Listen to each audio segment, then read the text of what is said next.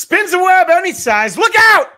Here comes the Spider-Man. That's right. We are going to be talking about your friendly neighborhood Spider-Man episodes 3, 4, and 5 right here on Marvel Movie Talk on Geekscape. We're very excited to get the chance to tell you all about that. We're also going to review the great trailer for the first real look at the first steps for the Fantastic Four. And we will have, of course, a very special guest talking about their project. But the opposite of a special guest, David Brody is here for the show. I feel like you're the one I can be the meanest to. So sure, that's what I'm here for. Center square. Only Jim J. Bullock.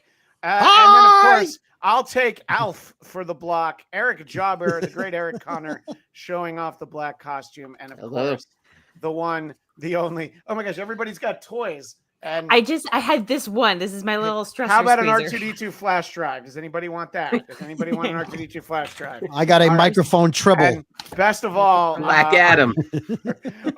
Our special guest, the man who puts the geek in Geekscape, the one, the only Jonathan London. That's Crayon Shin-Chan. Crayon Shin-Chan, the Japanese cartoon. And clearly you got the memo.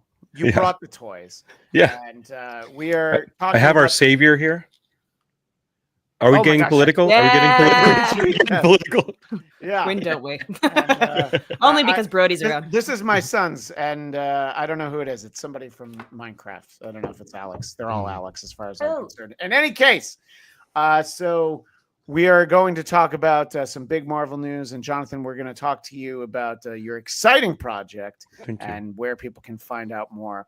But I feel like we've got plenty of time for ado. But let's not put the ado up at the top of the show. I think that the thing that we really want to do, and I think the thing that our legion of Marvel movie talkers want to hear about is, of course, this amazing, I'll say it, this fantastic trailer for Fantastic Four First Steps. And Mr. Brody was commenting on the high ceilings. There's a very Charles Foster Kane vibe with all the high ceilings. So the first thing that I saw where I lost it a little bit was Herbie the Robot, because the idea that we would get Herbie on screen before the Human Torch in this trailer, the character he replaced for the animated series. And we've got Ben Grimm. He's definitely got some eye stuff happening, but we'll keep replaying it while we go. But I want to start. We are nothing if not chivalrous on this show. Katie, your thoughts as you see, only because the boss is here. Usually we're like, just Katie, 10 words. What do you think? No, but Katie, your thoughts getting some of these. We're chivalrous. Just keep it short, lady. Yeah, and make sure you say what we told you to say and agree with us. Right. Well, my favorite is that everybody's train riding me over when I'm trying to talk.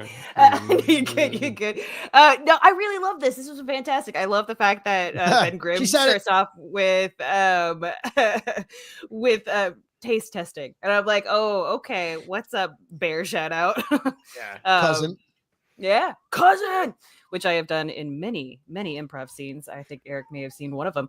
But yeah, no, this looks incredible. As we've always been like looking at the production design throughout all of these like leaked footage and leaked little images and stuff. This looks awesome, and I'm a little bit curious about where the story is going to go because it's a teaser trailer. We don't get a whole lot of what the actual plot is, but it's exciting. I'm very into it.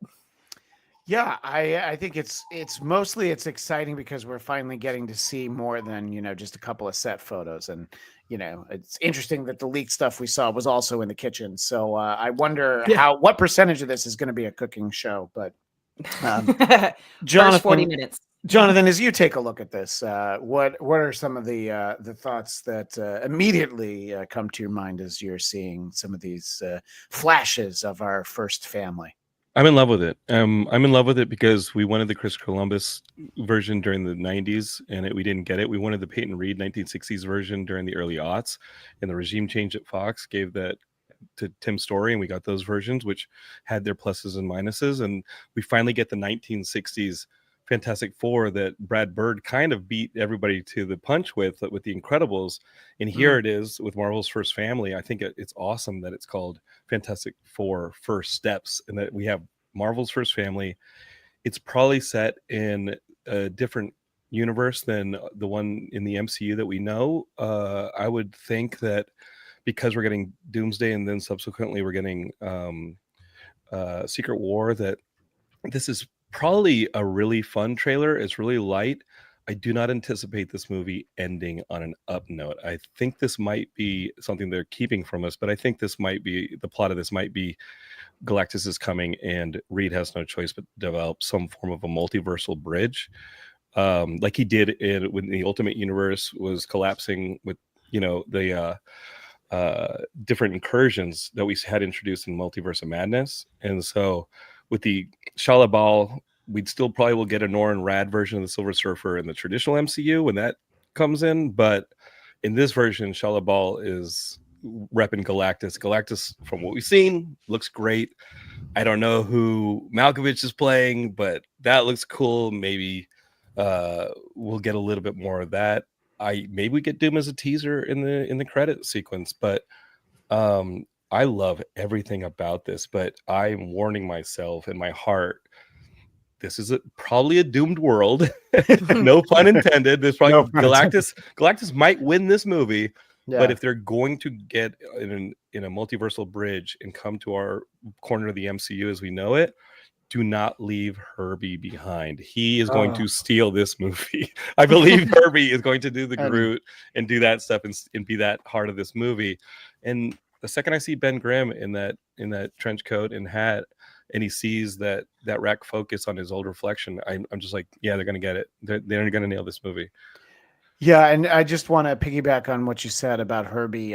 Make sure to leave room on the bridge for Willie Lumpkin. I do not want him left behind. Yeah. Obviously, well, who's playing Willie Lumpkin? Well, it can't be Stan, so that's a great question. Yeah, that is the hard part. Yeah. So in the chat already, our buddy Ivan Soto says, "Can Galactus not look goofy though?" I mean, do you think we see now? Yeah, I mean, they nailed the acting. The actor's perfect. Yeah, and I think that this is sort of what Jonathan you were saying, is this idea that it's going to get dark. We do have these images. That's why I froze on this one of Galactus looking at the Statue of Liberty like a toothpick, basically. So, or a billionaire CEO. Either way, I'm gonna own that. So, I'm gonna own everything. I mean, if you're listening to this and watching, just go out and get that get that Jonathan Hickman Secret War, and I just think it's so great, and it's probably the blueprint for what we're getting in the next two movies. I'm guessing. I mean, I love that run, that Secret War, because he basically tricked all of us by a very long Avengers run, where he made that. He had 1 million Avengers. They expanded the Avengers to every state, and then as the incursion started happening and Marvel was closing up the Ultimate Universe, he tricked us all into making a giant Fantastic Four story out of Secret War, and it was beautiful, and I think it has some of the best Doom and Reed Richards stuff in any of, going back to Kirby and Stan. Yeah. Eric, you look like you're either sending out an SOS on a telegraph or trying to jump into the conversation. I keep seeing like some stopping and starting, but please, I want to know your thoughts before we go to Brody. First one on screen, last one to get to talk. That's the way things work around here. But Eric, your thoughts on this trailer? Well, I kind of like that there's in some ways like a lack of irony here. Like this is a sincere love letter to comic books, a sincere love letter to the Fantastic Four. Like it's giving me like, I don't know, even like vibes of like the original like Superman. Like it feels like there's so many panels here that could be panels, right? That frames that could be panels in a comic book. And I think like, it's funny, like, you and I are always defending the original, or as we call it, the real Fantastic Four. The only good one, the Roger Corman? Yes, that's the one. And that one, I mean, one of the things they really got in that was a cast that was really game for sort of like not trying to play it like in a way like with a smirk or an irony. Like they played it really like straight and sincere. And I think that's what we're getting here with like an amazing cast. I mean, the four of them, really getting actors of the moment. Of course, the bear reference. We're all here for that. There better be at least one Italian beef sandwich in this thing, or else I'm out. Well, especially with all the time in the kitchen. I agree with you. Eric. Oh yeah. If Friendly is the one Marvel Oscar nominated movie, and you're like, no, there was no beef sandwich. Yeah, that's all. My standards are very high for cinema, which is Italian beef sandwich. If not, I'm out. I don't care. What if he cleans a bunch of forks? Would that be okay? Oh, that would be heaven. That would be my own private heaven. You can already hear the pop at the end with Doom. I would put a fair amount of money on, like, we're gonna see something. Maybe we'll hear his voice, we'll see a mask, we'll see a hand, whatever it will be. They've definitely opened that door. And clearly, I mean, the idea that this galaxy, this universe, is not the one we know, I think it frees them in a lot of ways. And I think, like, we'll see what in a week's time, we'll see how they did with the new Captain America. But, this versus Thunderbolts, it's like the tones of them could not be any more different. And I think that's what's great. I think you really have filmmakers. I think they chose the right director for this. Love what he did with WandaVision. So, I'm cautiously optimistic, hopeful. I'm still stinging like the rest of us from the last 3 Fantastic Four movies we got, but I feel like everything I'm seeing so far, if I had my magic 4 ball, it would tell me all signs point towards yes. But Eric, for the payoff that was in Deadpool Wolverine, you'd go through those Tim Story Fantastic Fours all over again, wouldn't you? I loved that. The first flame on, that was so great. It's coming, and you just can't wait. You're like, oh boy, Wade Wilson can't get out of his own way. Here it goes. Poor Jonathan, you can't have a rainbow without the rain. He's gonna say it. Brody, I know that your affinity for the FF is the same era as it is for me, the John Byrne era, and I think that it really was sort of a revitalization, if not a rebirth, for the FF at that point, and just using some of the best situations and characters and all that. Do you get any of those vibes, or you feel like it's way back to Stan and Jack for you, Brody? I really didn't put it in that concept and that thought. Like it's almost the John Byrne uniforms, a little lighter than what John did. They didn't cut Sue Storm's hair, which was great, because that was my one problem with John Byrne when they cut Sue's hair. I love the trailer so much that it saddened me, because I would almost enjoy if they stayed in their own universe, if I could get this universe all the time and see alternate heroes. But that's not going to happen, because they're either going to have to look. Maybe Doom helps them create a universe jumping mechanism where he goes with them to the MCU. He's like, because he and Reed were college buddies, so maybe they enlist each other to save the universe or save themselves. Either that, or they're going to defeat Galactus, and then there'll be an incursion, and then during Secret War they'll come into the MCU. But either way, if they're coming into the MCU, this universe is shot, and I already love this universe, so I'm sad about it already. I think it's visually stunning. I think the casting is fantastic. I don't get the Reed Richards mustache, but I have a feeling that he said, I'm not taking the mustache off. I'm not doing it. Yeah. Or maybe he just looked so weird without a mustache. But I don't remember Reed Richards. Superman. I don't know. Right? Yeah. Maybe they listen. Digitally removing facial hair only is a winning formula. We've seen that. Right. Well, they did that with Black Widow. They said lose the mustache or lose the election. So I guess Pedro Pascal wanted to lose the election. Yes. Yeah. Look, if the mustache was good enough for Cesar Romero in the Joker makeup, it's good enough for Reed Richards. With the white paint. Yeah, the white paint right over it. Yeah, the best. So other than that, I think Johnny looks great. I think the Thing has never looked better. I did expect Thing's voice to be a little more gruff. Agreed. To be a little more. It's clobbering time. Got to be Rocky. It's got to be right. So I would have thought they would either altered his voice or just put the voice on. I was a little thrown by the fact it sounded like Eben Moss-Bacharach and not Ben Grimm. Obviously, the top's going to come off at some point because that's got to go. Well, yeah, that's I think we know he's capable. I prefer my Ben Grimm shirtless. Because also it makes him stand out more, and that's his character is sort of like the black sheep of the family. and that not having the matching costume was always like the thing that made the thing stand out more. I did love, to Jordan's point, seeing him in the trench coat. That was the pain-ridden, reflective, my life is miserable, even though I'm a famous superhero, I'm still that monster. And that scene, that 2-second clip, captured all of that vibe you always got from Ben, that he had, he fell in love with a blind woman who couldn't tell that he was ugly. And I love that they captured that. They captured Johnny's youthfulness, right? They captured the family aspect of it. I just think they hit on all the notes they needed to for a Fantastic Four movie, and it visually looks terrific. I hope it lives up to the trailer. It's only a teaser trailer. Galactus looked terrific. I saw one line that I thought was brilliant on a Facebook post. It said Galactus looking at the Statue of Liberty was like, I want the torch, but that's not the one I was talking about. It's not mine. And yeah, the look of Ben Grimm in this is from a very specific era. This man, this monster. Yeah, and I believe that's Barry Windsor Smith with the cover. But It that looks like is his cross-hatching. yeah.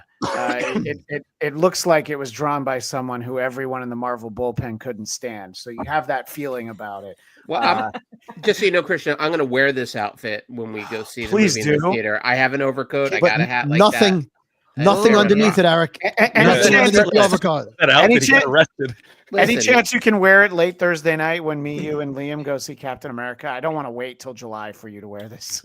And make sure it's shirtless too underneath it. No, shirtless, Yeah. pantless, all less. I Peter either Bull want kids, you to- what could be wrong? What could go wrong? You either need to flash people or have like a bunch of watches hanging inside when you open it up. What if it's too many? What if it's too many Erics on each other's shoulders? A Muppet Man Nice. myself. Nice. One for the adult movie, please. So I expect to see more greatness from this film. I am very excited about it. I have been burned by the FF a few times. I'm not going to lie. And guys, we So- get one more movie this year that people aren't talking about. It's got that little asterisk on it, Thunderbolts. Yeah. If you're a Disney stockholder right now, you're just waiting for the reveal sometime in like March or April for that thing to get yanked, maybe by the post-credit scene from next week's Captain America 3 or 4, where it says, "Oh yeah, it's the new Avengers. We're gonna put Avengers on a marquee and not Thunderbolts." Because if I'm a Disney stockholder, I'm being like, "Wait, you could name that new Avengers and not Thunderbolts? Let's do new Avengers so we can make an extra 30-40 million Right. Oh, dollars." Jonathan, it goes back to when one of the great terrible ideas in recent sort of comic book adaptation history was when they're like, "Oh, well, why should we call it Harley Quinn Right. when we can call it Birds of Prey?" Right, And and I don't then- think Disney's going to make that mistake. I No. think we're gonna see a little bit of a switch coming up, and it's going to be maybe something to do with the fallout from Captain America 4 and the need for an Avengers team. It's not going to Maybe be compromise. Dark Yeah, Avengers, possibly. Yeah, but ultimately, like, that was the brilliance of that one Busiek run on Thunderbolts. Was you think that we have these heroes, and you realize it's a bunch of the villains in heroic costumes. You're like, oh no. Marvel hasn't done a good switcheroo like that since the Comic-Con, where they announced the upcoming slate and they told you about Captain America, the Serpent Society, and they were like, "Oh no, actually, let's do that something else." And it turned the logo to Captain America: Civil War, and obviously everybody lost their minds there. So who knows? Wait, whoa, whoa. Now we're- I Are guess we- getting- I guess the these are- RDJ thing was the biggest switcheroo. Yeah, but we're getting these Are are we the forget- Serpent Society, like the Yeah. characters in Cap 4 are Serpent Society code Yeah. names. And at are least. we forgetting about the 7 titles for the Agatha All Along show? Or that fact they told us we would get a Blade by now. Blade pending. Mm. I don't know what you're Depending, talking about. I've already seen it. It's I saw great. Blade last summer, and his name Yeah. is Wesley Snipes, Yeah, the Blade. and I lost my shit in the theater. Oh, no, how great was the swordsman in that Oh, I thing? It was lost it. fantastic. I know. And yeah, Jonathan texted me after he saw it. It was like, "Do you know the moment?" I was like, "Blade." He's like, Yeah, it was Blade. Yeah. Hey, you Uh, heard my my Wesley Snipes story real quick. We ended Oh, please. we ended like a run through Hollywood as a run club, like in a bar, and Wesley Snipes was in there with his entourage. And as we came in, he had his group, and then we kind of bullied the place with about 20 of us. And he goes, "Well, what's all this?" I went over and I was like, "Oh, it's a run club." Honestly, like, dude, if you're into that fitness stuff, you should come out and hang out with us. Go on some runs and stuff. And He goes, "Yeah, I don't do that, man. That's not me." And I said, and so I said, no, dude, I just saw you in Expendables 3. You were totally fit. What are you talking about? He goes, Expendables 3? The only thing I was running for in that movie was a paycheck. Come on, he could've- Super Amen. cool guy, but that's how he So, told it. It's Right. it's not could've it's called not it the Blade Runner. it's not the line he's known for, but obviously his We went his, skating uphill afterwards. his moniker is always bet on green, I think. Yeah. And don't pay Uh, taxes on any of it. Yeah. Yeah. Why- he needed why that would you? paycheck. As he said And it. Stephen B95, I just want to get this in here. It is off topic, but when do you guys think Spider-Man 4 will be released? They say that they're going to go into production within a few months. I think late 27 is when we can expect to see. Isn't more it Spider-Man. between the Avengers movies? Oh, Wasn't that you the know. rumor between the two? Yeah. Yeah, we'll see. So When it's ready. When it's yeah, right. ready. Well, I wish the movies would just come out when they're ready. It's doesn't seem to happen that way very often.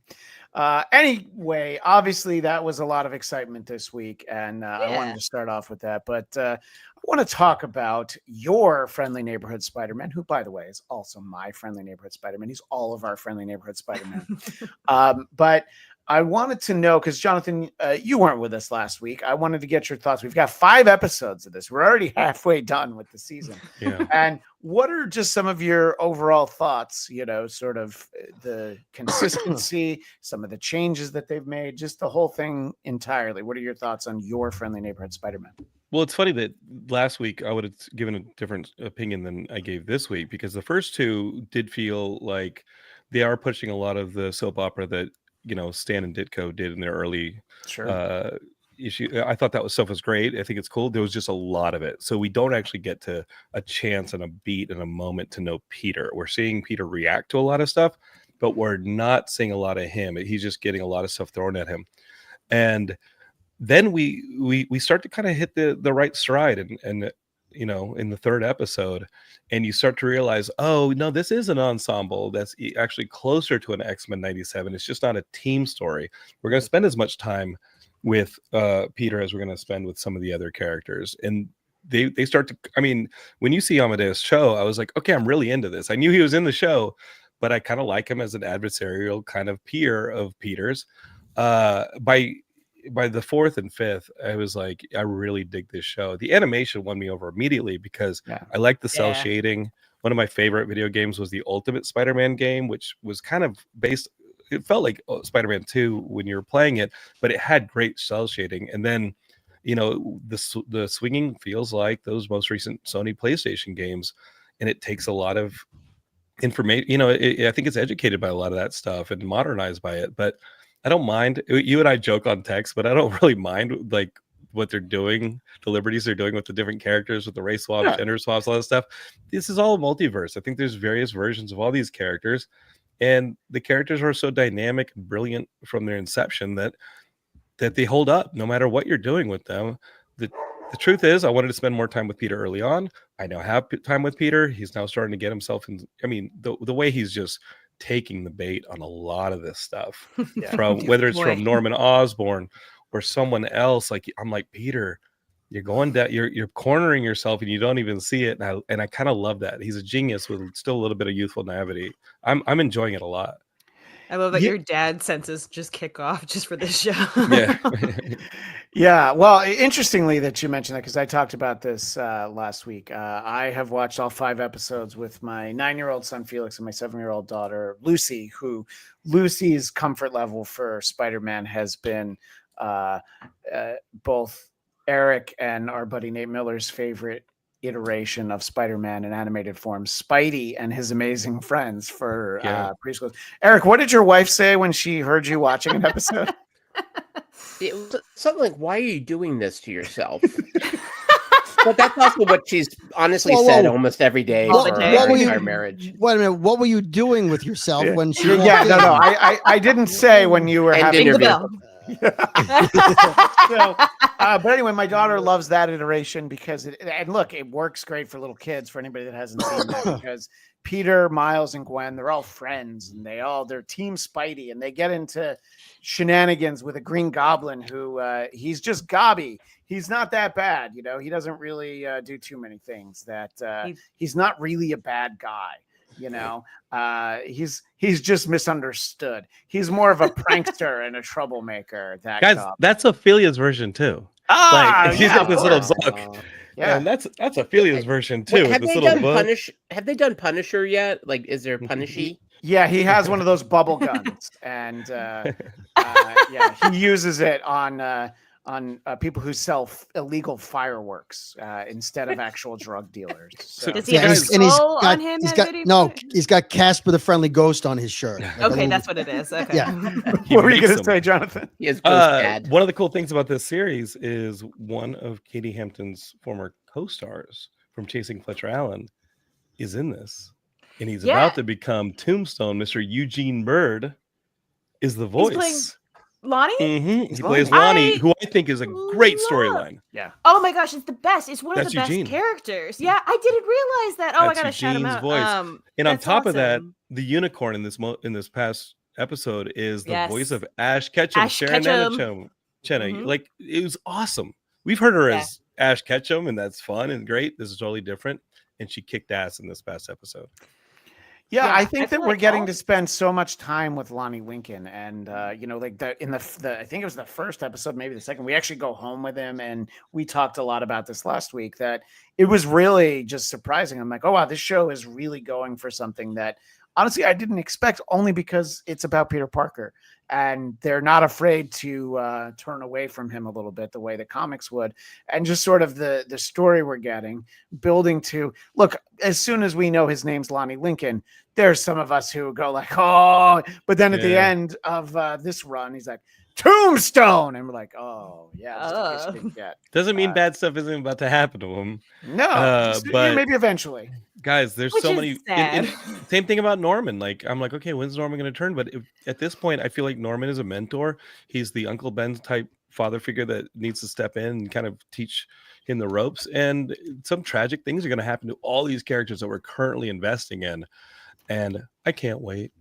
I can't wait for the tragedy to befall all of them. That's the question though, because I mean they've given us a couple of twists and turns, especially with the characters and who they're seemingly being in the beginning of the show. And I'm wondering, it feels like Norman is just always bad, but at the same time, I'm curious at what the motivation is going to be for, like, is he going to be Green Goblin? Is Harry going to be Green Goblin? You know, there's Yeah. so much that I love the fact that this is a multiverse. So we don't really truly know. I love the tease in the very first episode where you think he's going to go swinging because he misses his train, and no, he's just looking at a sandwich that got crushed. So like I love them diverting and like not even having like the Uncle Ben moments, not even really having too much emphasis on the spider bite or anything like that. We're going into some storylines that I'm very intrigued by. Yeah, and we don't I lost my train of thought. But yeah, no, I totally lost my train of thought. I was gonna say that like Nico Minoru from the Runaways is like her Yes. best friend, but when we meet her in this episode, we're like, okay, but her mom's not a villain. In the Runaways, it was a group of kids whose parents were all supervillains, and they run away and they decide to take their parents down. That's not what we're getting here. She's living in a foster home and she has foster brothers and sisters, according to that one scene that we're showing a picture of right now. The other thing that I was going to mention and lost the train of thought is this hints that it is in a parallel type of MCU. We finally got references to Civil War and the Sokovia Accords, events that were in the Yeah. MCU, but And this he's is not not in the it, Tom yeah. Holland Spider-Man. Yeah. This is its own thing. So it's yet Literally another- the shot that he's supposed to be in. Well, and I Super would cool. say that the series starts off with Doctor Strange, one realizing that he's not where he's supposed to be. He knows he's in the wrong place, and Peter has no idea who he is. So, yeah, I think that we're seeing things happen sort of in parallels. We know these Avengers characters, but Stephen Strange is, you know, definitely not somebody that they know. So it's interesting to see what the differences are, you know. And I'm finding, I don't know, I'm finding surprises. Like we're talking about characters like Nico who show up. What were you going to say, Eric? Well, you kind of piggyback on what Katie was saying too about there's a lot of patience here, right? So this is we're 5 episodes in of a 10 episode season, right? Yeah. And so that halfway through the season, and still no Goblin, Green, or Hob, and I think like that's something to be said for that. Like There's a red goblin now too. There's a goblin queen. You can Yeah, have, that's true. if you'd That's like. true. Is it? But I think like the patience is really like appreciate it, and there's so much going on. I love the supporting cast. I love that he has someone who's like basically his guy in the van or a guy at a desk, Guy in the chair. helping His, him out. his microchip. Yeah, Harry's his and- microchip. Right, and I think like that the truth is like as far as a world build for this version of Spider-Man, what's really making this thing work is they have given a lot of thought and time and care into the characters that are not Spider-Man and made them as interesting kind of as he is. So and I do like the sort of inverse of this costume being his costume of choice. I love that that's- detail too. I mean, And- that right there is that suit. I was kind of surprised to see so prominently in episode 5 because it's one that came out recently, quite a while ago. It's like the Mr. Negative type suit. It's Yeah. awesome, but they used it the entire episode, and we're kind of all waiting, sitting there going, "Okay, where's the red and blue?" Yeah. Well, he Red did. He blue. did. He did mean, request it. Yeah, He he said he drew a wants- picture. He he and wants Harry more are red jamming and it. blue, like- He and Harry He are going wants to more connect Cap- making that Yeah. suit. By the way, Yeah, the, well, he the wants cape thing. more Captain America. Well, I was gonna say the cape thing. One of you guys mentioned Incredibles Oh, before. capes. Yeah, I totally was somewhere. Brad Bird is very happy with what they're Love doing here because the danger of a 100%. cape played out beautifully. And Yeah. of course, with Peter Parker, of all people, trying to use a cape, that is absolutely going to fail every single time. I To I want- to Katie's point Yeah, about go ahead, Derek. Harry being the goblin, possibly. I don't know if you can have a goblin with a man bun and 4 earrings. To me, that's Challenge accepted. Yeah, He's eating challenge too much accepted. quinoa. He does. He doesn't. There are look- conservative parents out there who are like, "That would make my kid a goblin for sure." Yeah, damn disgrace. yeah. Make me a There's cat goblin, I'll tell you definitely that. an alternate look there for him, but I Yeah. didn't get goblin vibe. No, from and that. that's what I find so interesting, especially about Norman, is that like he's obviously very interested in Spider-Man and his powers. And while all the Sokovia Accords are going on, and I'm like, what are you planning? Because I don't. Katie, you have trust David. issues. That's I the- do, you have real especially with trust Norman. issues. Yeah. Well, remember his father makes super powered costumes apparently because he gave Peter a whole bunch of them. in the Who's most making recent those? books, in the most He recent opened up books, his trench coat and they're all hanging there.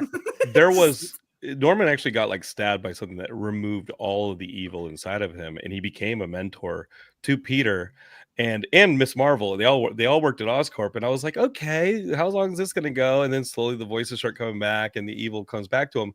And then I think the best Spider-Man book on the stands is the Hickman Ultimate Spider-Man that's going on right now. It's the best-selling book for Spider-Man on the stands. They're resetting Spider-Man with a brand new #1 in April. So Spider-Man's not doing that great traditionally in the 616. And the best book is the Ultimate book that Hickman runs, and in that he and Harry are crime-fighting partners. It's an older Peter. It's a Peter with 2 Cool. kids and married Mary Jane, kind of educated and informed from the one in the Spider-Verse. I recommend the Hickman Ultimate Spider-Man to anybody. The art's great, the writing's great, but it's a buddy book with him and and Harry, and it's awesome. It's really well done, and the big bad's the Kingpin. It's a cool book if you guys want to look for it. As it should be. The big bad should always be the Kingpin. I want to get through some of our thoughts, but one of our most thoughtful and prolific members of the chat is the great Daniel Drew, who chimed in that these are another bunch of fantastic episodes. Every episode, I keep having to look up every antagonist since I don't know them by civilian names. Every episode, there are known characters. Absolutely. And we'll talk a little bit about that. It's fun how things are very predictable, like in a Spider-Man story. And then a lot of times they flip our expectations. Yeah, exactly what we're talking about. Yeah. And he shouts out our buddy Coy, Yeah. who mentioned that the Parker luck has thus far been seen hitting other characters besides Peter. We all know, though, that Parker luck is named for Peter for a reason, and it Yeah. will that boomerang we'll swing back around and perhaps we'll even get the character Boomerang. Eric, you always do such a great job of sending us images from the show. So I wanted to kind of let you steer us for a little bit, except for that one time when you sent us really dusty images of an old broken iPad. But other than that, you usually send us great pictures. Oh, no, he's got it. So I want you to talk about our friends here that I think you did a great job. I need to make sure we get the caption on there. I'm not even quite sure how to characterize these two, but go gadget legs and sometimes arms and arms. right? Yeah, And, I think there's something to be said for like they were just kind of cool. Like as villains go, like they weren't goofy. They really he called them like Bonnie and Clyde at some point, and I thought like I remember Smallville over the years would have occasionally cheesy ones, but a lot of really good spins on a number of characters from the DC universe, and it's like, well, how do you actually do like the Wonder Twins and make it modern? And they actually more times than not would kind of find a way, and that's what I liked about these two is like. Yeah, they were not supervillains. They just were like, this is kind of fun. And we get to sort of beat up on Spider-Man. Let's do it. And I found like even their drawing. I mean, I loved like there was such good art in this episode. Yeah. All of them have been great, but this one just grabbing a few screen grabs. Like I was like, oh my God, like everything here, it just pops, and I'm watching it on that dusty broken iPad. I will admit, with a can of beans as I eat over an open flame in my hovel. Stealing Wi-Fi from your neighbors. I get it. I know how this works for you. In your lean-to. Yeah, but then the interesting thing, this ties directly into what Daniel Drew was saying, that so the characters' names, Maria Vasquez is a version of the Tarantula, who I knew a very different version of the Tarantula. And Jane Sanders is a speed demon. So, it's... are we going to get to see that? Probably, but you never really quite know where these things are going, if they're going where you expect them to. But I do have to do a lot of homework because I don't know these characters as the versions of some of these names. I would actually, and I know that this is a very dated reference, but I would like a pop-up video version of this that just says, in such and such issue. Yeah, I need that. So it should be in the top, though. It should be like a caption in a comic book with little asterisks, like the editor's note. From the editor. ED note. Yeah, every time you pause it, it should just be like, these are the actors. These are where they were found in each comic episode. Right. Christian, this was... press here to buy it off Amazon. Right. Yeah, Disney, right. what are you doing? What are you doing, Disney? It's right there. What are you going to say, Brody? This was my Obadiah Stane moment with these two. These two. Okay. First of all, they only paid like $3,000 for this high-tech equipment. They're like, oh, it's going to put a couple of $1,000s in there. If you remember in the first Iron Man movie, Tony Stark practices for months in his garage. He's ruining his own cars because he can't fly straight. And then Obadiah Stane gets in the relic, the clunky Iron Man outfit, and he's flying around immediately, knows how to use it, right? In episode 4, Peter can't figure out his new costumes, right? He can't fly. He's got wings. He's crashing into trees.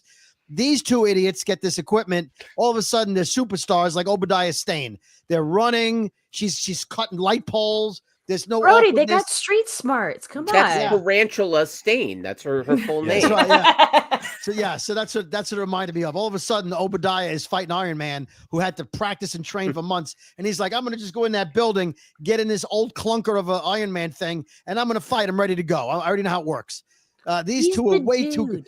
I expected them to short circuit, maybe run into a building by accident, cut her own finger off. There should have been some kind of mistake made. Like when Norman says they're not, look for them to make a mistake. They're not really trained on these. They didn't really make a mistake. So I found them to be too good at what they did. But I did enjoy the fight scene. The webbing, it was great.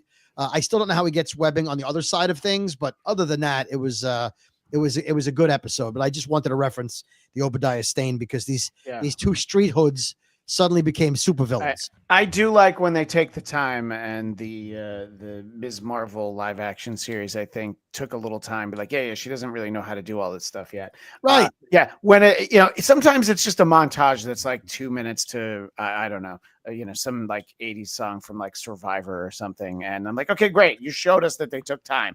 But yeah, Yes. when everybody knows how to do stuff right away. What's anything stand out for you, Katie, about these two, other than obviously his knockoff Ray-Bans that he bought in Times Square?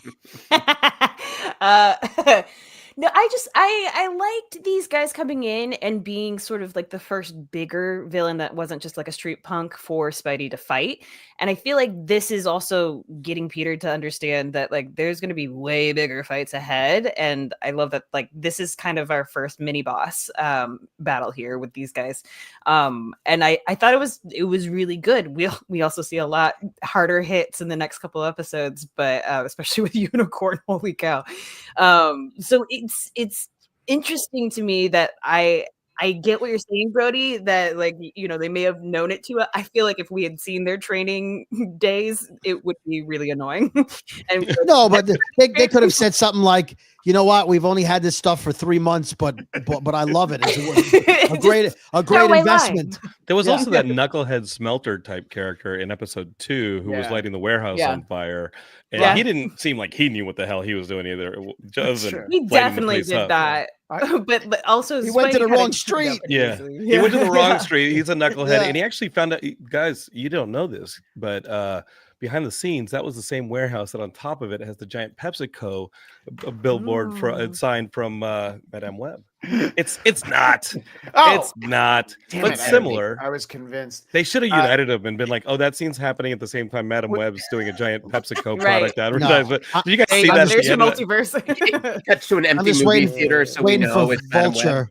Just waiting for Vulture to walk by for no reason. That's all. Yeah. It makes you question like what kind of profit margin does Otto Octavius have if he's selling this gear for Dude. $3,000? It's a modern Radio Yeah. Shack. He's running a Radio Shack. He also has like a robot trash can. Robot that's trash moving can. around. I know we haven't talked enough about But his that. style We need. is I need a impeccable. robot trash can because But he I wanna just dresses. put- You know, in Right. the Sony games, he became a Doc Ock, but he never became the Doc Ock we love with the yellow and green. And this one, he answers the door in that. And he's like, what's up? with the haircut? That was the key. Just- Right. Just answer the door like a supervillain and then go get a crush on Aunt May. Like, He had like an Elton John thing going on, I thought. it was awesome. He yeah, you kind of And did. very handsome Hugh Dancy as the voice of him, who's Yes. I mean, listen, I know it's voice acting, it's a whole different thing. I don't want Doc Ock to have a BMI under 40%. I think this is a mistake they made for me. You want but that You want resonance. Oliver Platt. I maybe want doing high the voice. cholesterol, right? I want people you worry Oliver about Platt. that you Well- try to push them into doing more lentils in their diet. The arms Um, have to do the heavy lifting. Literally heavy lifting. As we shouted out Hugh Dancy on our last week's episode, of course, for me, he was phenomenal as Will Graham in the TV version of Hannibal that inexplicably aired on NBC of all places. But I think that sort of the presence of Doc Ock was great as they were alluding to it. And so, in episode 4, we're getting to actually meet him.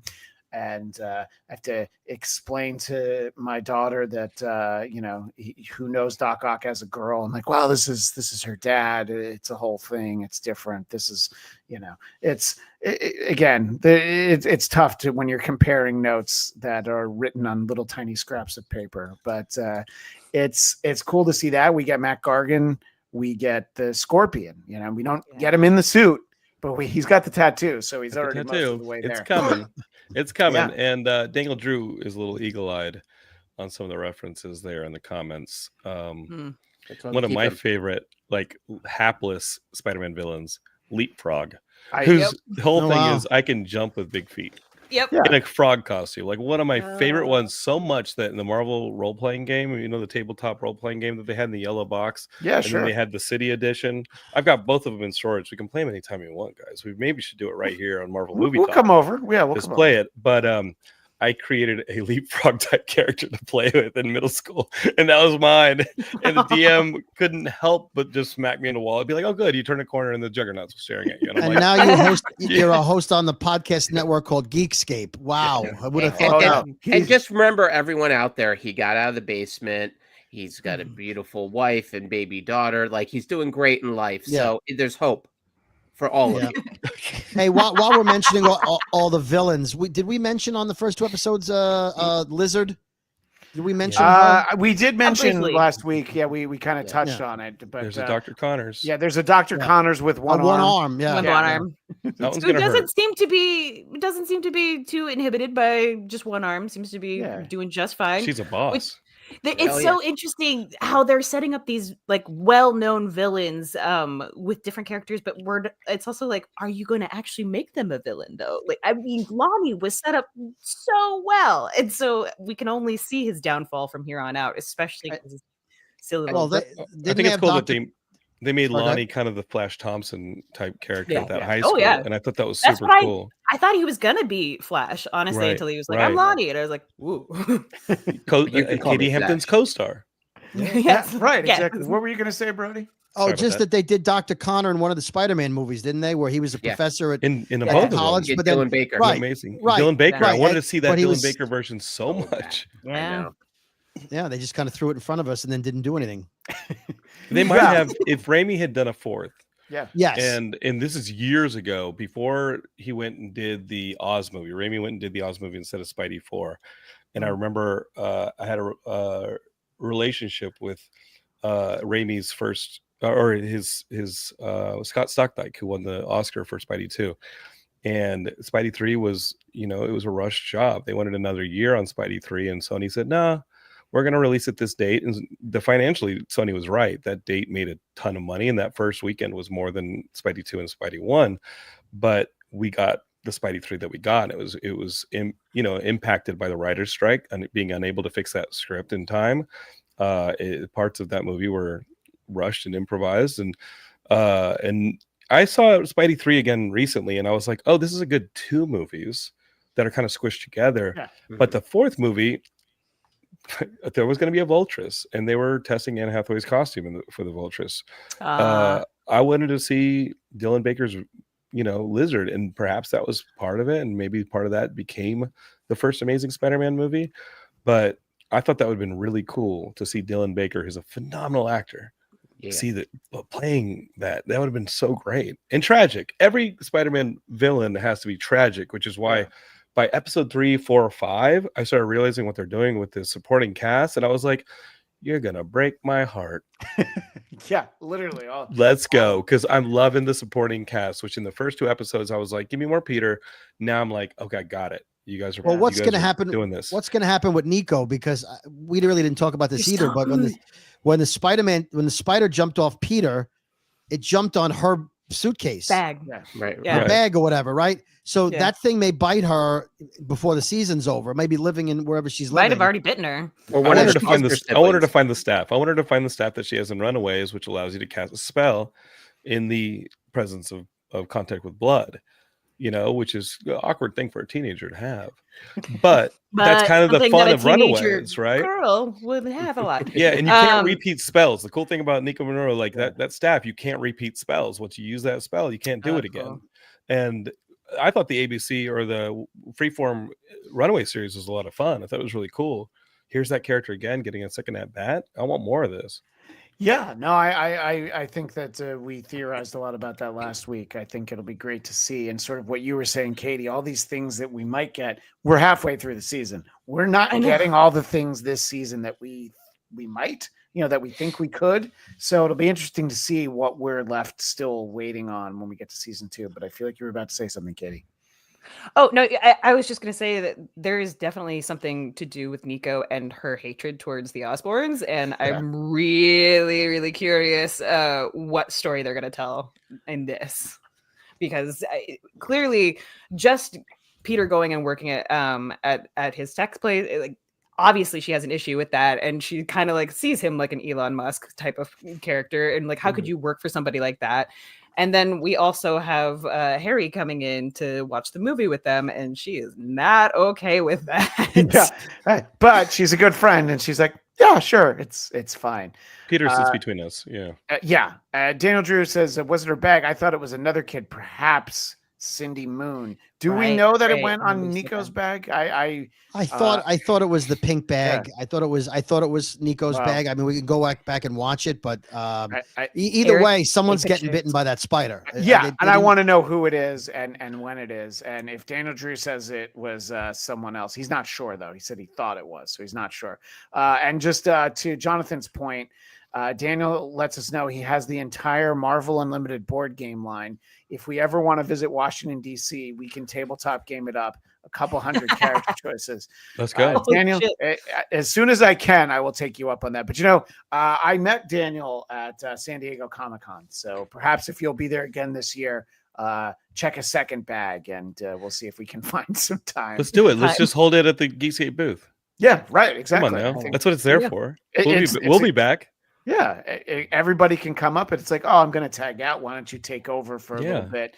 I'm going to be leapfrog. So I do want to talk about the 5th episode, which at the moment is the final episode we've had so far. There'll be 5 more.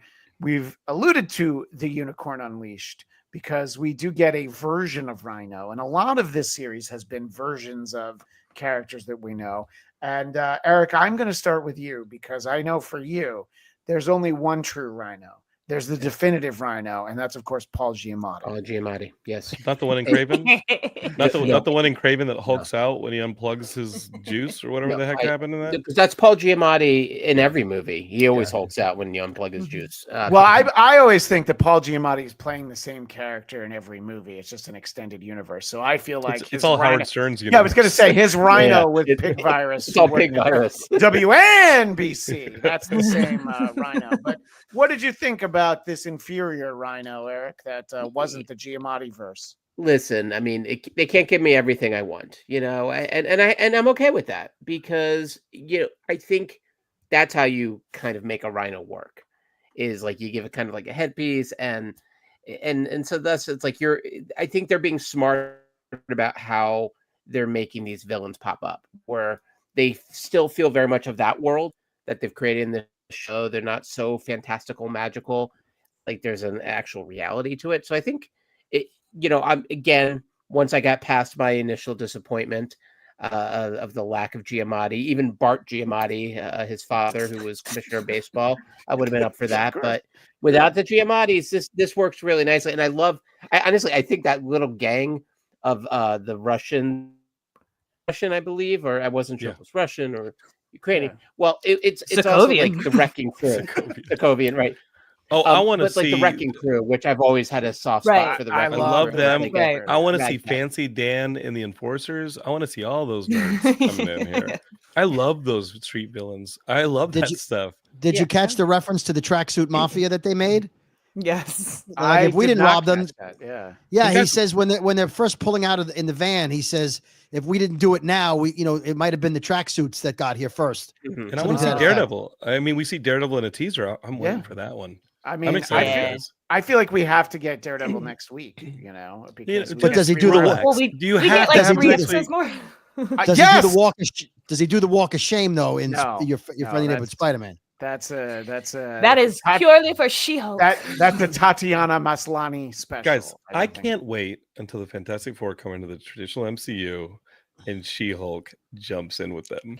Like that is the thing I'm waiting for. That'd be so much We fun. all need more Tatiana Maslany in every single project. And then they finally need to have, I know they had a sex scene in the Eternals, an explicit sex scene, She-Hulk, Daredevil. That's my kink. What's wrong with you? It might Take happen the bell. in Amazing Spider-Man. Yeah, exactly. Spectacular. Friendly neighborhood Spider-Man. I wanted to which neighborhood is this? Everybody's thoughts. Red light neighborhood Spider-Man. Red light Spider-Man. There's the red we've been looking for. Before we move on from Spidey, it's Hooker Gwen. So, Brody, on that note, I wanted to ask you how much for the Ghost Spider? How much is the ghost spider in the window? So, Brody, your Yes. thoughts on Rhino and some of the other changes and where we find ourselves at the end of these 5 episodes. I'm thoroughly enjoying it. I'm loving the slight changes. I'm loving the name drops where Norman says, there might, we have to. He's talking about superheroes that you can't be one of these guys who might go on a gamma-induced rage, and they're talking about Sokovia and Iron Man and Captain America. They're referencing all the things that we're familiar with. So just to remind you, it's not a standalone, right? It's not like it's Spider-Man and nobody. And Doctor Strange, if I'm correct, I don't remember, but Doctor Strange wasn't in the MCU during the time of Civil War or Avengers Ultron. So it's possible there will be a Doctor Strange eventually in this universe. Just maybe there isn't one now. He was referenced. Doctor Strange was referenced on that rooftop scene where he said, Doctor Strange, who's the guy who going into Civil War, you find out he's actually Hydra, but he was one of the SHIELD agents. He makes a throwaway reference. Oh, to Stephen Strange. Yeah, he does. Stephen Yeah. Yeah. But he wasn't globally known at that point. So what I'm Sure. saying is Stephen Strange may be, existing in this universe. He just hasn't become Doctor Strange yet. So we still may see a Doctor Strange. I feel it's a cartoon, but I feel really Agent bad for Civil. Lonnie. Yeah. Right. We're just waiting on Lonnie to go back. I feel bad for Lonnie. Waiting on Lonnie to go back. Care about Lonnie. Because he's a good dude. He sacrificed himself for his brother. Guys, Yeah. I love the exchange between the Rhino and Peter in the end of this. Like Peter saves his life. I was like, "Hey, man," and the guy goes, "We're not friends, dude. Yeah, don't think we're friends. Next time we meet, we're not going to be friends." And I was like, "Oh man, he's so naive." Yeah. Oh, I love this Peter. Yeah. Peter can't help but be Peter. And to what Brody was saying, just sort of the. I just had a London. I lost my train of thought. I was right there.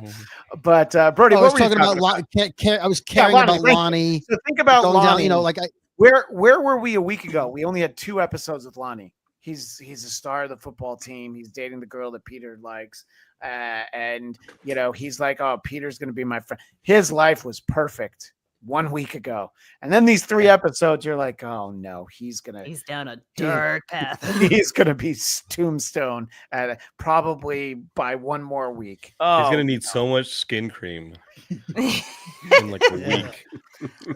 Hydrate, guys. Drink your water. I understand he's a good guy and all, but if somebody's about to kill the guy that's making your life miserable, I'm not stopping him.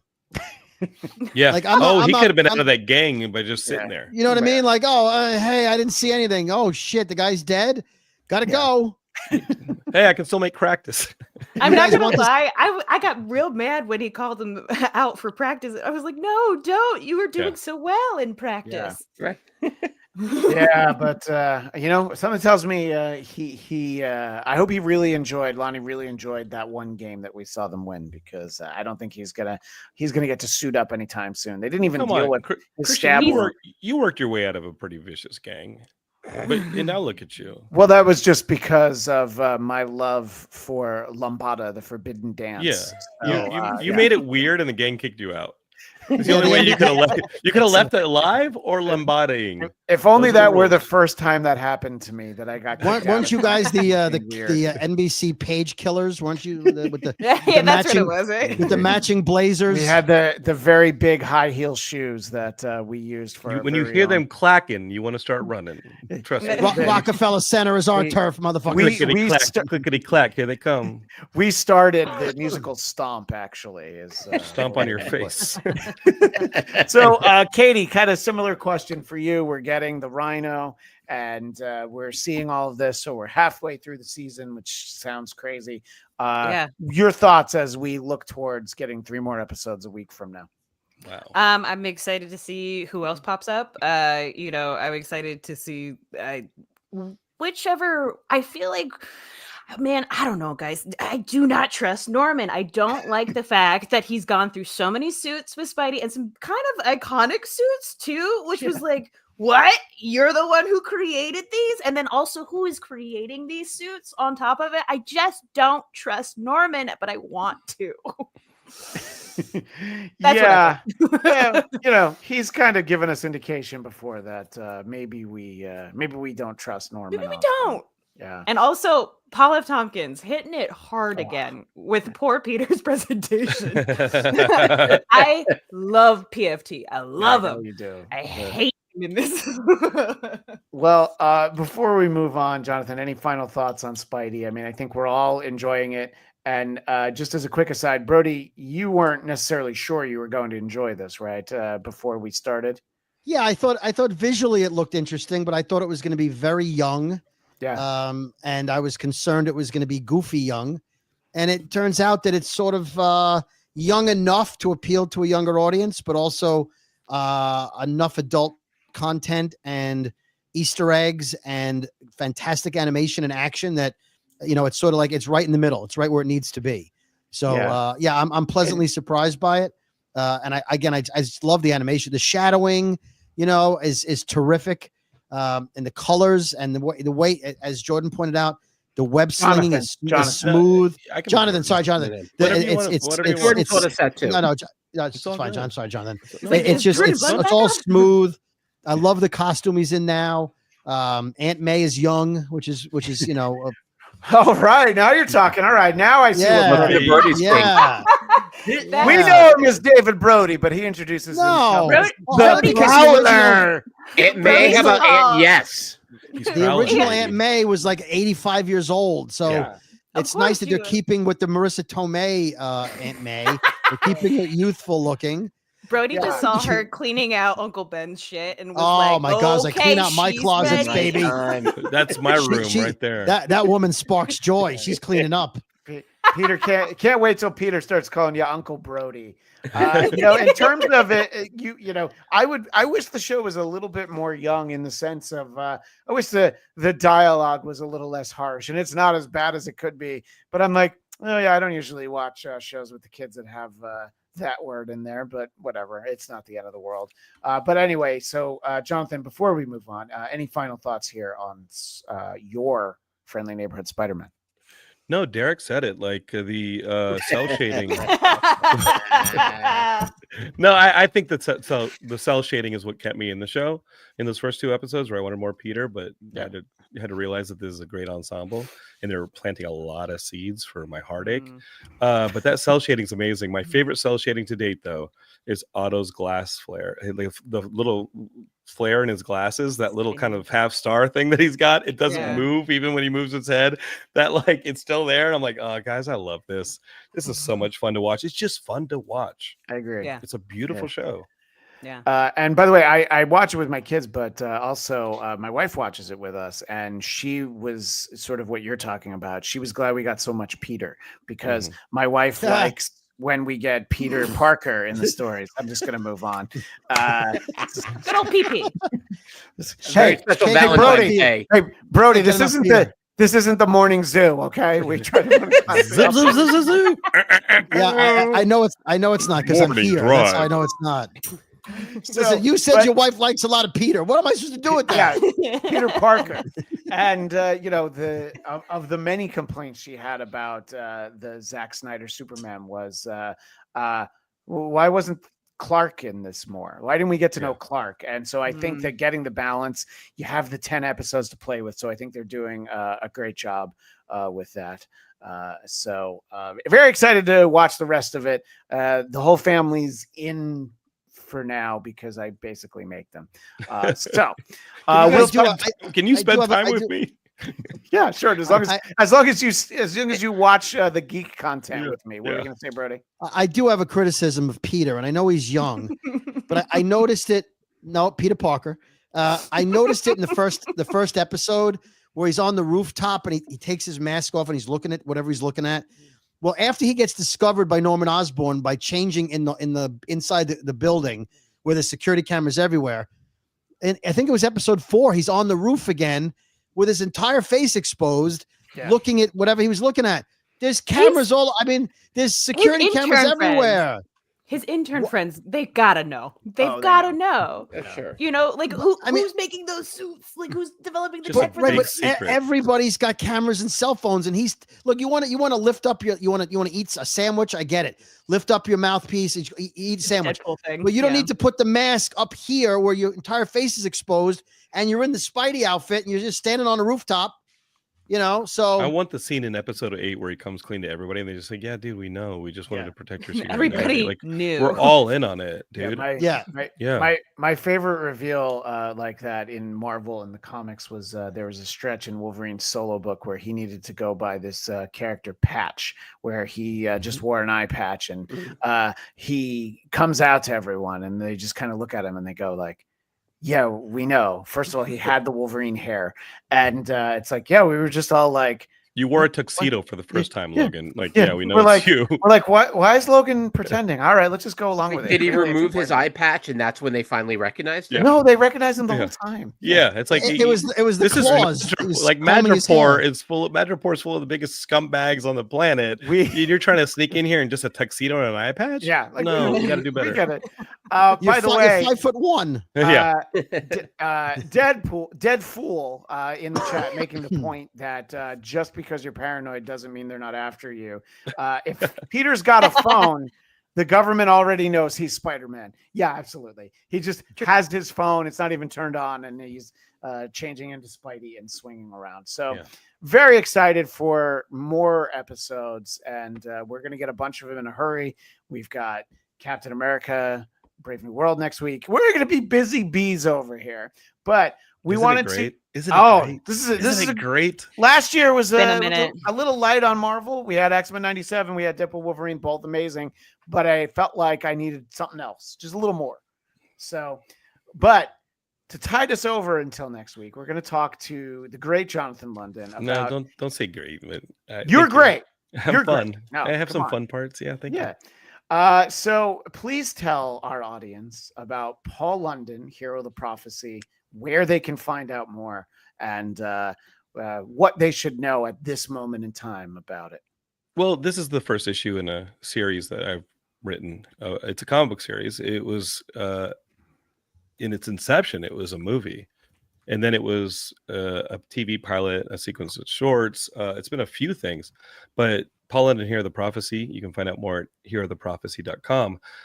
This is a story I wrote as a love letter to my brother Paul. My brother Paul is a professional wrestler, and in the aughts, he was on WWE SmackDown. He had a couple different tag teams. He was tag champ on SmackDown for a few times. He was the cruiserweight champ for WWE a few times. But as we started approaching 2009, 2010, the wear and tear of the schedule, the physics, his body, everything, the impacts, the injuries, everything started to accumulate, and he was pretty worn out, and he wanted to continue working in wrestling, but at 5'10", not being John Cena or Batista, two of his friends who were bigger, maybe the company looked out for him more, maybe not.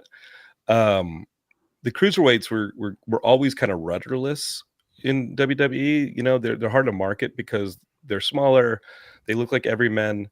You can't sell as many action figures, I think, so the investment might be lower. But Paul was one of the most skilled people that they have. He still has one of the best Royal Rumble eliminations of all time, and I see it every time there's a Royal Rumble. It kind of pops up on top 10 lists. It tops, all the time. And so Paul's career was, at the WWE at least, was at a crossroads. And we walked out of The Wrestler, so that would be early 2009 probably, and he saw the movie and it hit him, and I remember he was crying as he left the theater, and he said, "Hey, this might not last, this WWE thing, and is that what I'm going to become?" It's like he saw the Ghost of Christmas Future. Right. And we're standing there, and those who know me, they know that we lost our older brother in 96 to a drunk driver, and I'm sitting here with my only brother standing on Pico Boulevard after watching the movie, and he's just sobbing, thinking, is that dream that I had since I was 5 over with? Do I have to leave this to live? And like, what are my choices here? And I just wanted to tell him in that kind of moment of mental anguish, like, hey, I love you, and I don't care who you become or who you are, like, you're my brother and I love you. That you know, you can say that or you can show it. And that weekend, I wrote an entire story and I wrapped a love letter in the things that we loved as kids, which are the Golan Globus films, Beastmaster, Deathstalker, Wow. Conan the Barbarian, all the sword and sorcery 80s movies. And I said, I'm gonna write like a Galaxy Quest 3 Amigos type story where a fantasy world ruled by an evil wizard sees professional wrestling, thinks it's real, and summons a professional wrestler to save them. So it's very Galaxy Quest is a great model, but it's very much Flash Gordon and Sure. that kind of thing too. And I wrote it to tell him I love him. And in 2011, 2012, we shot a sizzle with a lot of our friends like Yuri Lowenthal, who's the Spider-Man for the Sony PlayStation games, Marisha Ray from Critical Role, Doug Jones from Shape of Water, like a couple pro wrestlers were in the sizzle. We took it around. We tried to get some money for it. We met with every company, and I think that the Andrew Stanton, John Carter Omar's didn't help because that was a movie that I really loved, but it didn't do well at the box office. And so that story kind of chilled. A lot of people were like, hey, this would be great if it was maybe a more popular wrestler, which kind of negates the idea. Because to me, it's Sure. kind of cool that he's not the most popular on the roster. He's sort of somebody who's down and out. When you meet him in the book, he's living in a van. Nobody in the town likes him because he's scammed everybody out of money. He's like trying to, get away with it and just kind of survive. He's a lot like Ash Williams in The Evil Dead, in Army of Darkness, right? He's kind of like, it's a bit of Jack Burton, right? In Big Trouble in Little China. And in the middle of this match, he gets summoned by an alien planet of sword and sorcery because they see him wrestling and they're like, we saw you in the arena. You were fighting 5 minute once. You're the greatest fighter we've ever seen. And he's like, what? I'm going to help you defeat an evil wizard and raise an arm? What? No, that wasn't real. And everybody's face sinks and they got to figure it out because the stakes are real in this world, right? It's fun. It's a lot of fun. And I wrote it as a film, then I wrote it as a series, and then I wrote it as everything that I thought we could pitch. We shot things multiple times over, and during the Hollywood strike, we're all walking around the studios picketing, and we're thinking like everybody's talking about what they would write if they didn't have to think about their mortgage or about the child care or think about getting a buck. And I said, well, I wrote the thing I want to write, just nobody's seen it. And that's when I turned to George, my Geekscape partner, and I said, dude, I think we should put this out as a Geekscape comic. I think we've had enough no's, we've had enough start stops. Let's make sure the full story gets told. If we're going to invest, if we would have invested $30, $40, $50,000 into a really solid short film to prove this thing, why don't we put a fraction of that into a series of 5-6 comic issues to tell the whole story, and let's go out with it. And so each issue is about the fraction of that overall cost. And with the Kickstarter campaign that's going on at heartheprophecy.com, we're trying to make back a portion of it. So spoiler, all you listeners, if you think this is fun and you want to go check out the Kickstarter, I got to guarantee that you're going to get the issue because I already printed 150 of them. They're sitting here in a box in my living room. Okay. Why? Because we're going to sell them also at the Geekscape booth at Comic-Con. We believe in this. This is a story I had to tell for my brother to help him through a mental health issue, to help him through this crossroads in his life. And what's fun about it is I write the script and I send it to Paul and say, hey man, I wrote this. And he's like, cool. And he doesn't read it. And then I get the artist to do the artwork and I'm like, hey dude, check out the artwork. He's like, artwork is great. Doesn't really have any notes of the story. I get the letter to letter it, color it, everybody. And then I send it to him and he's like, awesome. And I'm like, I want you to do a pass. So Paul does a pass on the very last version of the book to make sure that the wrestling lingo's good, to make sure his character is well represented because he is playing himself in the comic. And then some of the most rewarding stuff is he looks at a character like Finnegan, who's the mage, little owl guy, or he looks at Shatara, who's really one of my favorite. She's my favorite character, but she's heartbroken. Her entire kingdom's been destroyed, and she's really just in it for vengeance. She's going to learn some things by the end of the series, but Paul had some really amazing poignant notes for those characters and improved their dialogue a lot. And that's the most rewarding thing, is that Paul and at the end of the day are making this together. And that was always the point, was just to tell him like, hey man, I love you. You're a hero to me, no matter what job you have, no matter what role you play in this world. You know, I love you. You're the shit, dude. Let's go. You're gonna save the whole planet. You're gonna fight a Minotaur, dude. Our buddy in the chat, Ivan Soto, says that sounds so fun, and he asked the question that I think we're all asking: how is this not a show already? Yeah, no, ask freaking Machinima, who was owned by Warner Brothers at the time. Like, ask these companies who were like, "Hey, we'll give you." They were going X- downhill. I'll tell you Yeah, that right well, now. I mean, this is the crazy thing about Machinima is like early on, before they did the animated Transformers series. I want to put this at 2011, 2012.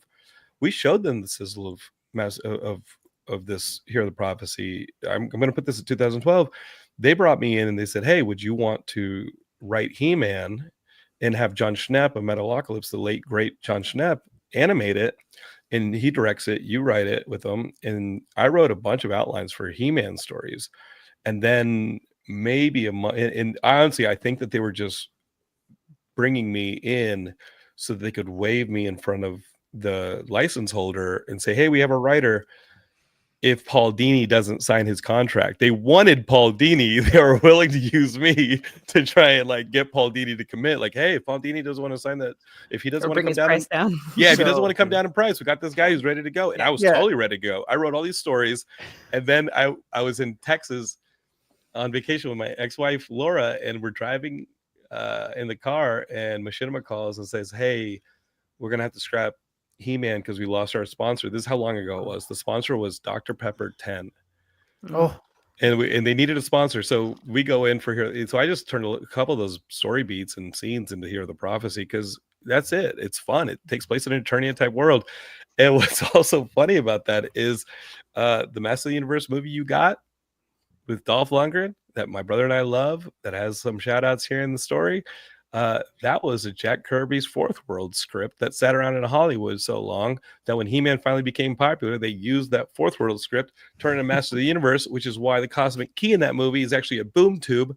Skeletor is actually Darkseid, and He-Man is Orion, and why most of it takes place on Earth. That's right. You got yourself a Jack Kirby Fourth World movie. It's just called Master of the Universe. Take that, comic book fans. That's a fact. and in that movie, of course, the one true Punisher plays He-Man, Dolph Right. Lundgren. Oh yeah. Yeah. So- Take that, Bernthal. I'm sorry. That I You mean, I went golden off. pieces. No, that's why That's look, that's a great Rugger Hauer movie. I went off, but honestly, like I've wanted to tell this story a long time. It's why George and I were willing to tell the whole thing and invest the whole thing. The Kickstarter is just to kind of blunt the edge a little bit on the money we spend, but we're gonna tell it. You're gonna get a comic. They're already printed. You're gonna have fun with it, and we're here to see it through 5-6 issues, man. It's fun. yeah. It's all written, ready to go. So for people to go to the Kickstarter, it's just herotheprophecy.com, right? Yeah, Jonathan? and in like 3-4 days, we started on Tuesday at 10 a.m. Here we are, a little over 3 days later, Wednesday, Thursday, Friday, and we're at 4,300. Like, this is gonna happen. It's cool. I feel good now about buying those championship belts that are one of the most expensive incentives. I mean, we already bought the stickers. We already bought so much of the stuff because yeah. it's gonna happen. Nice. I was This is well. gonna I was going to happen. go to Eric next, and he's already got the championship belt. So, Well, this one, Eric, you can put your name on it. First off, it's gonna have your name on it. I got my name on this one. In You can Sharpie. put your own emblem. No, I don't mean put your DNA on it. Put your name on it. It's gonna have your own emblem on it. You're gonna have great time on it, and you don't have. But you are gonna have to fight Paul for it. Oh, If you're willing to. I'm willing to. You listen. Okay. You know, to get a upgrade and belt as opposed to one I bought for my son when we went Yeah. to WrestleMania. It's Sure. gonna be so much fun. Just- We're just having fun, man. We're just having Ju- fun. just know that when Eric wrestles, it is like the film The Wrestler with Mickey Rourke. It's broken light bulbs and barbed wire and all that stuff. Yeah, so- yeah. Right, but also a lot of Vaseline. Why do you still yell it's Diddy time when you get in the ring? You still boy. just juice yourself and you're like, It's constant fluids whenever I'm in any ring. Come I on, his feel like- his wrestling name's Baby Earl. he's ungrabbable. I feel like if I made that joke on the main Geekscape show, you'd have to talk to me after the show. You'd be like, Well, you did make a joke like that, and Did I? you did make the joke like that, and you were on Geekscape for 12 years or so. oh yeah, wow, it was 6 years. Yeah. It was just like, Oh. By the way, man, what a lapse What a laugh. I'm so sorry about That's any of all right. these guys. All of you are so amazing. Wait, I want that. Hold on. Can we do a special revisit of that episode that got Christian booted? Guys, No, I don't no, know. no, no. Yeah. Nobody's been booted. It's just I have lapses.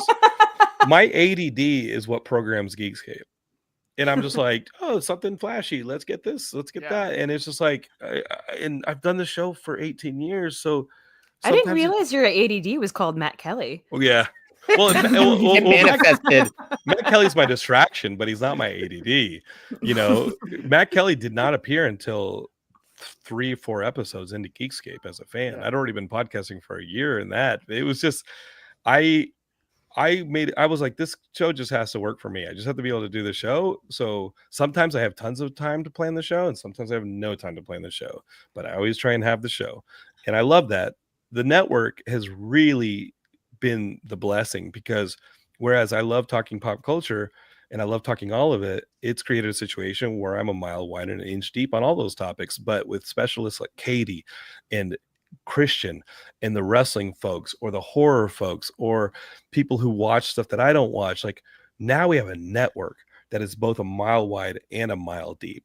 And if I don't give you enough of a deep cut on horror or wrestling or action films or 80s nostalgia, if I don't have that on the main feed because my ADD doesn't fit it, because I'm not pointed at it, we have a whole network where you can get your itch scratched. It's awesome. It's such a blessing.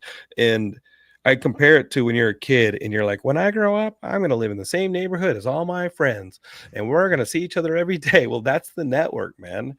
I get to have this network with everybody who I think is amazing hanging out, and I get to listen to their voices and hear what they're about and grow with them. It's just been so awesome. And Matt runs the network and I love it. But an initiative like Hear the Prophecy is is it kind of like our foray into what the next thing is the network should do, is Making creative stuff. Making creative stuff. And it's not just for me. Like, you know, Matt Kelly and Crystal Follies want to put out a board game or a card game. And I'm like, hey guys, is there something like, how do we invest in that? Like, how do we make that a thing? Like, if Katie was finally going to do that album, that rap album she's been talking about, you know, the hardcore thing.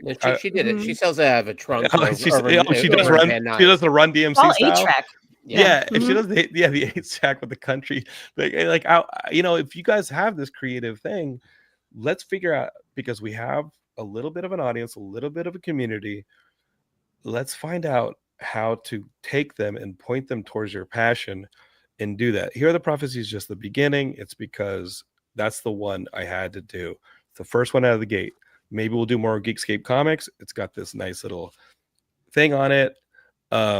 It's got this on the back. Like, I want more Geekscape comics. They don't have to be written by me. This is our house. I just pay the rent here. You guys live here. Let's get all your creative ideas and let's find a way to bring them to life, because it's hard out there. It's cold out there, but we got ourselves right here. And to the point you're making about everybody living in the same neighborhood, Eric and I literally live in the same neighborhood, and 4 of the 5 of us on the screen all live within, like, I don't know, 10 minutes We of do. each other. This side of the 101, baby. Oh, Brody, you sad boy. Brody, Brody, if you send me that Broken Wawa, into my heart. if you send me 3 jugs of Wawa iced tea a month, we're gonna work something out, baby. All right, that's a deal. Month. By the way, we don't A have Tasty we don't Cake have taster. we don't have fires here, but we have 3 snowstorms coming this week. Oh boy. Sunday, Tuesday, and Thursday. Saturday, Tuesday, Thursday. So Send us one of those. In Yeah, case we there's could another actually- fire. Send us one of those. We'll send you a little bit of a fire. why don't you just Right. have the military turn on the snow faucet? I will. Yeah, well, there's no weather. There's nobody in charge of the weather monitoring anymore. That got axed by our friend Elon. Wait, so let's Brody, just keep going. I'm going to talk to Brody in Hebrew now, because remember, we have the Jewish space laser that you and I have Right. access I was to. thinking we could just use the Could laser. you guys sure. turn those on? Actually, Can or you turn just them off? draw it in with a Sharpie? Is that how you deliver it? But I did want to obviously turn to, as we talk about Hear the Prophecy, I did want to turn to the great Eric Connor, because you have not shown off your you have not shown off your Hulk Hogan rock and wrestling back tattoo, but we know With that bells. you are a real American. And I wanted to know your thoughts specifically as you're reading sort of this merging of these two worlds, basically Beastmaster meets WrestleMania 2 or whatever. Well, and also it gave me, and thank you for. I am one of your backers. Oh, cool. I'll drive this over to you later tonight. Oh, it's all good. I do not want people to wait for their damn books, so I have them sitting here ready to go. The second the credit card's clear, they're out. You know where you could bring it to him is Tuesday, February 18th, when he is becoming the monologist at the Pac Armando, that's and beautiful. telling stories. I love that Armando's still doing shows. It's beautiful. We're in. Let's go. Yeah, in my monologue, I mean, it could be wrestling themed. It could be fantasy themed. It also, by the way, the comic gave me such a vibe of one of the cartoons I loved as a kid, Dungeons and Dragons. There was so much in there. I kept thinking about, hey guys, look, it's a Dungeon and Dragon ride. How much did we pop during the Dungeons and Dragons movie when we saw those characters in the background running through the arena? It was incredible. Incredible. And I think also too, I mean, you mentioned like the wrestler and all that, but I mean, as someone, you and your brother have this, obviously this wonderful bond. And, my dad got me into wrestling. I grew up, as you know, not far from Philly. He actually, Jonathan and I, also known as Jordan and I, we went to the same college. We did. So we went to Luigi's school. Yeah. We went to college in Philly. Yeah, we went to Luigi's college. And I used to go see wrestling at the Spectrum in Philly, where the Sixers used to play back when they still had hope. And I find like there's so many things in here, like what you just kind of went down that laundry list of all the sort of various sort of parts of the Geekscape playground. And so much of that is in this comic. So I feel like, you check off so many boxes with this one issue. And I think it is great that, the sort of all these voices you have in the playground too, that, we all kind of have the thing that we geek hard about. And it's just, I'm really excited. I remember watching video footage that you had at I want to say Comic-Con maybe 10 years ago. I don't even know how long ago. Yeah. But it was I remember watching some clips from the TV version of this that had a total Xena vibe to it too. Yeah. And so I think it's exciting. We tried that route. We tried all that stuff. And I mean, we tried sense. Everybody, and they just didn't. They were like, "Who are you guys? You guys are nuts." And Machinima came to us and they said, we're going to do this under a deficit financing model. And the number was good. And we were like, oh, that's awesome. What's a deficit financing model? And they said, you pay for it. We find a sponsor and pay you back. Yep. What? What? Yeah, we'll be right back. Goodbye. In Philly, we had another term for what they just offered you. And when I think also too, if you've never watched, and I know some of the guys out there are wrestling fans, Paul London's work was amazing. It still is. I mean, he's I'll tell high you what. flyer of all high flyers. You want to talk some Fantastic Four? Paul's tag partner right now is somebody he trained into wrestling. He's a big wrestling fan, but he's also a Oscar-nominated actor, Paul Walter Hauser. And they become close friends. They're really great friends. And my Geekscape partner, George Keller, produces Actors on Actors. And when the Sebastian Stan thing happened, where supposedly Sebastian Stan couldn't find a partner because he did a movie about Trump, we worked the back angles trying to get Paul Walter Hauser through Paul to come and do that episode. But ultimately, it's hard to do a one-off episode for a series that's shot over a course of 2, 3, 4 days. And you pay for multiple episodes in those 2, 3, 4 days. You can't really just pay for that production to jump up just for one episode. It didn't justify it.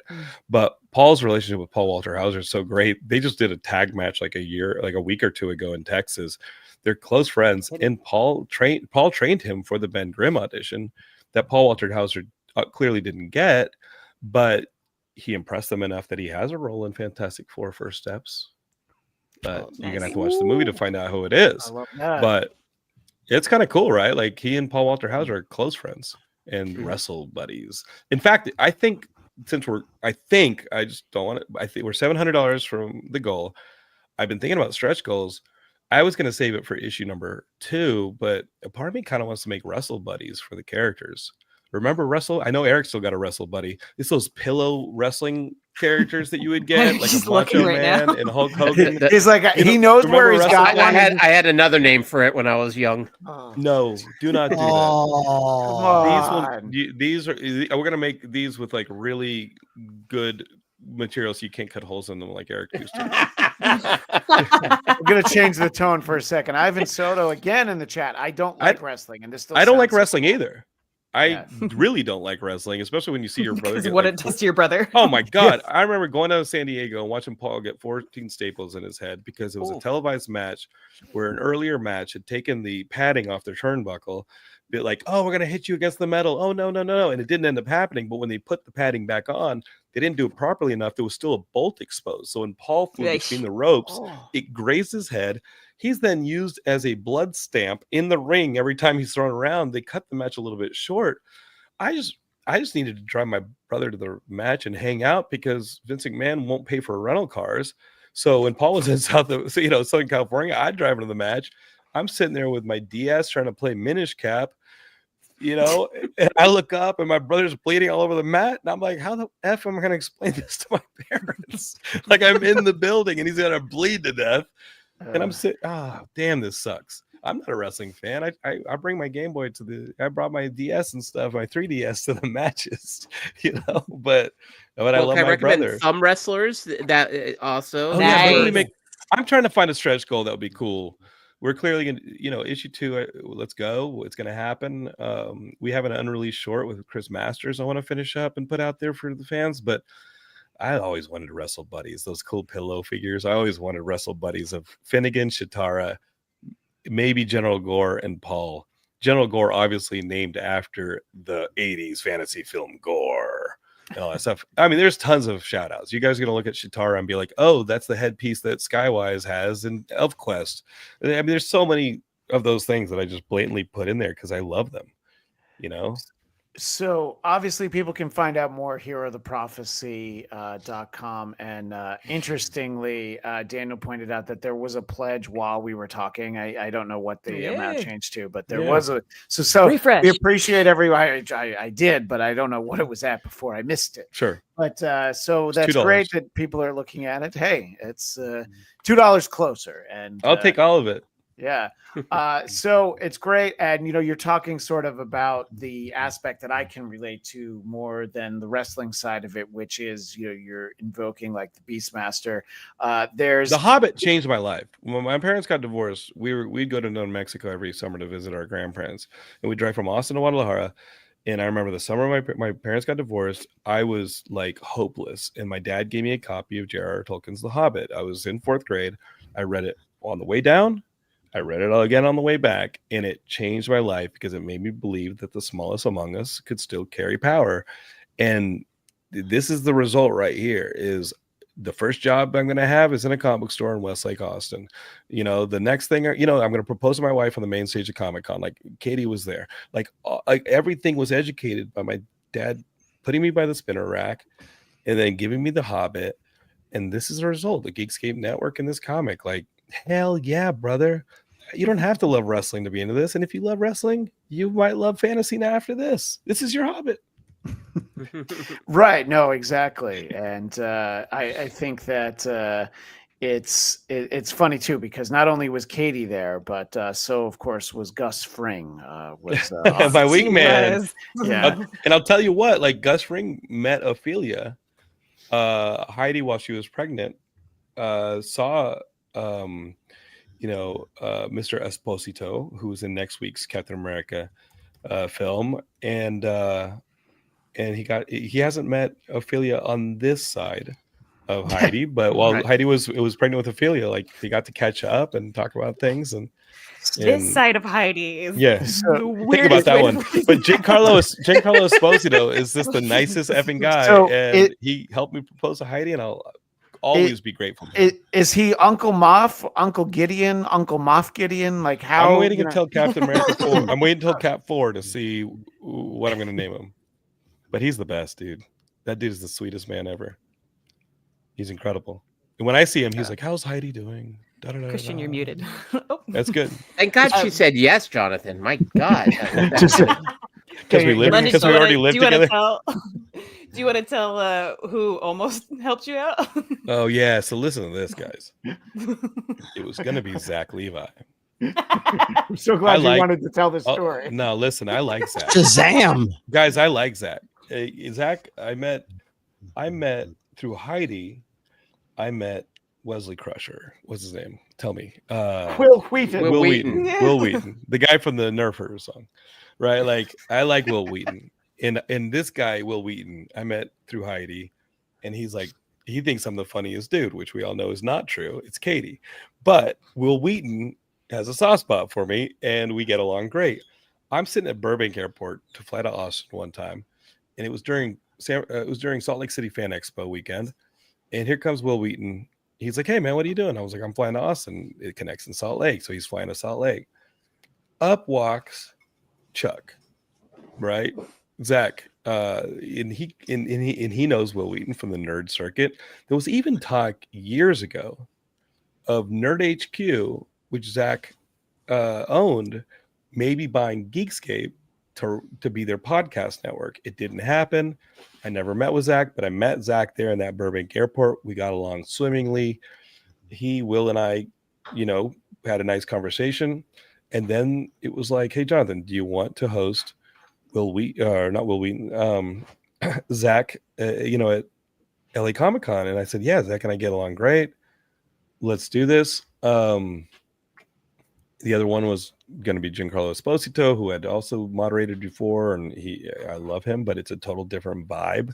The seriousness and the earnestness of Giancarlo versus the wackiness and anything can happen craziness of Zach, which is why people loved him as Chuck and just love his Shazam and his thing. And so I was like, oh man, it'd be perfect. Well, I'm moderating Zach. I'm just gonna be like, yo, let's do a proposal and let's do something crazy. We're already acting crazy. Let's do a proposal. And Zach didn't want to do, about a week out, the convention's like, hey, Zach's going to moderate his own panel. He's just going to go out there by himself and answer questions. And I was like, okay. Because I hadn't told anybody. I didn't want anybody shutting this down. I didn't want the convention to be like, hey, we know you were Stan Lee's guy, but this is what we do here. We want to respect our celebrities and use their time for them. And we don't want to do a stunt. So I didn't tell anybody, but I was going to go out there with Zach and propose to Heidi. And tonally, it would have been fun. It would have been crazy, stunt. It would have been loud. But that ended when he didn't want to have a moderator. So Giancarlo, I'm waiting on, and he's the panel after Zach on the day. And I have this ring in my pocket. I haven't told anybody, and I'm sweating bullets. I'm sweating crazy because I just have to ask Giancarlo Esposito if it's okay that I use the last part of his panel to propose to Heidi. And he's late. And I'm like, where is this guy? Where's this guy? I want to clear this with him before he shows up. Zach ends his panel, comes off stage, and is like, hey, man, how are you doing? He's all chumming up with me, and I'm sweating bullets. I'm like, I don't want to talk to anybody. I'm just in my head. And Zach's like, dude, how you been? Da-da-da. I'm like, oh, good. You still live in Austin? He's like, no, I moved to Tucson. I'm like, okay, good. And he just wants to talk to me. And I'm like, get out of my face, Shazam. There's more going on here than you. I really do like him. I think he's a good dude. I do not agree with him on a lot of things that he's been very vocal about, and I'm sorry that you went down that road towards Kevin Sorbohood, but I can't follow you there. But know that I've always enjoyed our conversations. I like you. I understand you.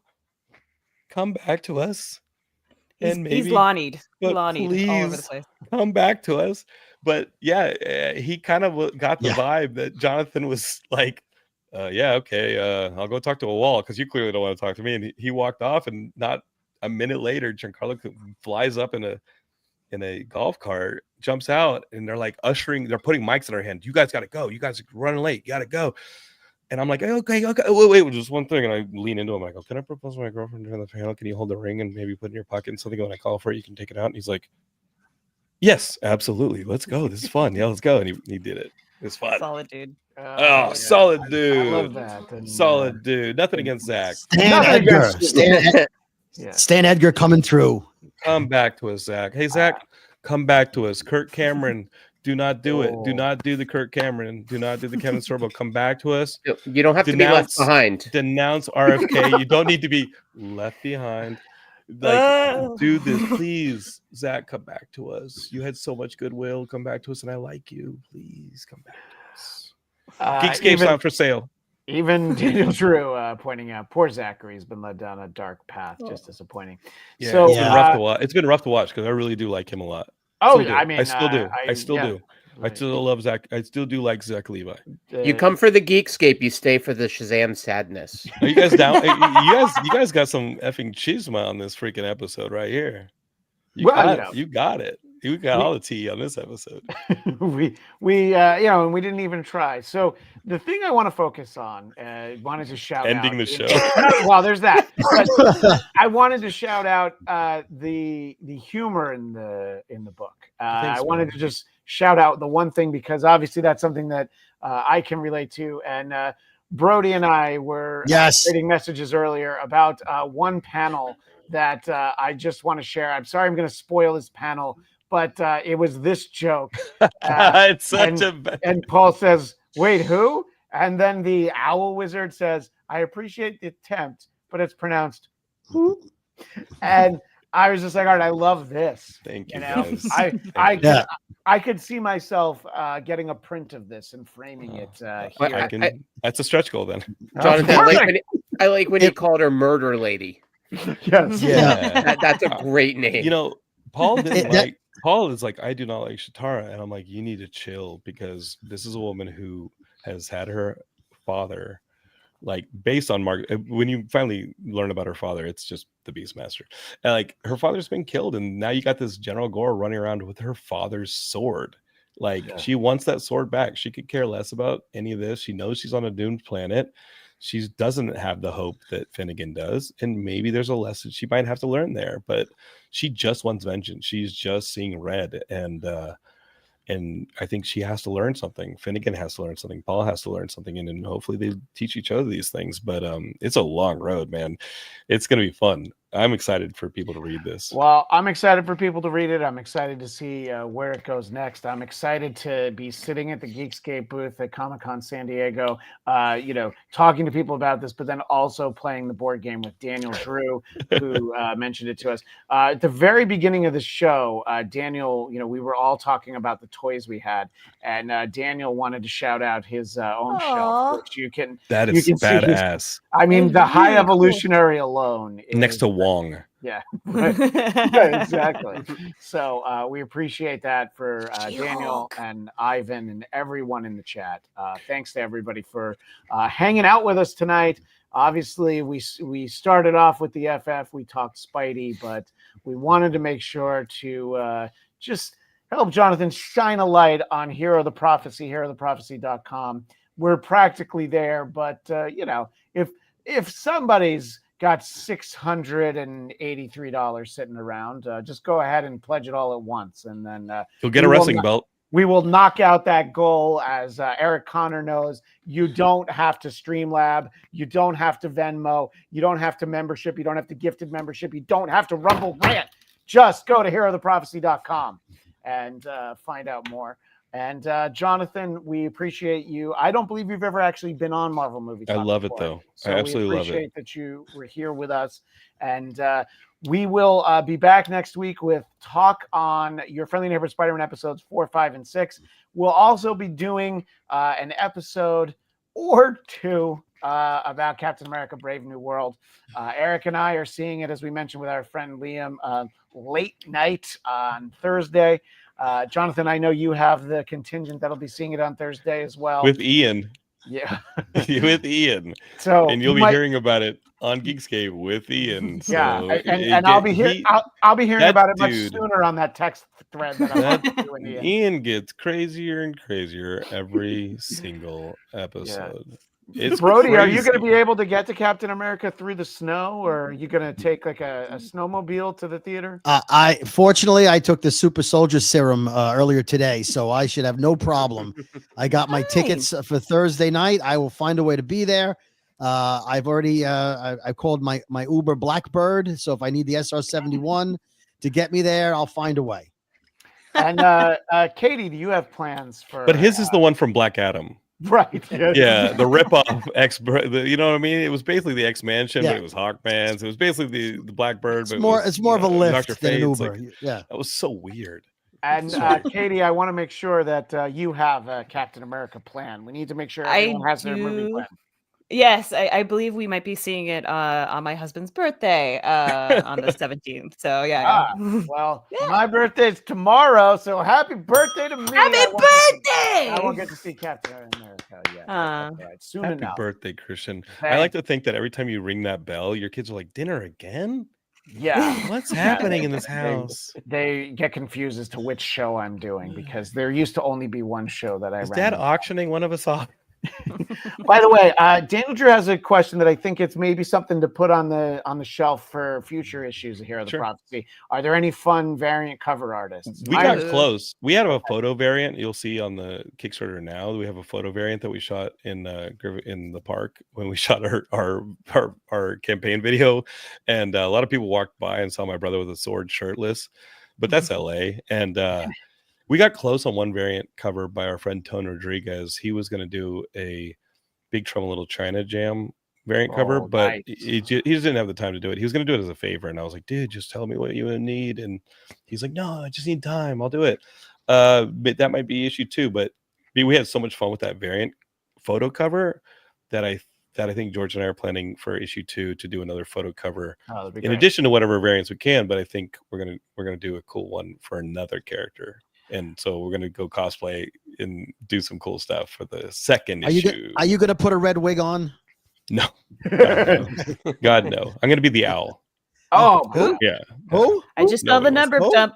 Number jumped. Oh, it's Uh, 4332. Yeah, you're right. Thanks, We're going guys. backwards. This Let's is just keep doing the show. I'm this is- not logging off. I can, I I, have this. I do know people who do 7-hour shows just because the super chats keep coming in. So yeah, and that. By the way, that Matt might Kelly, damn you. that's not who I was referencing. That might be me. Let me plug something off. He's like, network. coming up is this high school Philly ska band. That And, sounds great. No, I would love to see that. I would love love it. to- yeah, I would love a high school Philly ska band called the Kings of Steaks or something. I don't know. Let's I'm go just with trying to that. think of what they would Let's be called. go with that. So something off network that I want to promote for myself is people be tuning into the Super Bowl, and maybe you don't want to see the halftime show. Mark Hampton in the chat. Mark Hampton in the chat. I gotta go find him then.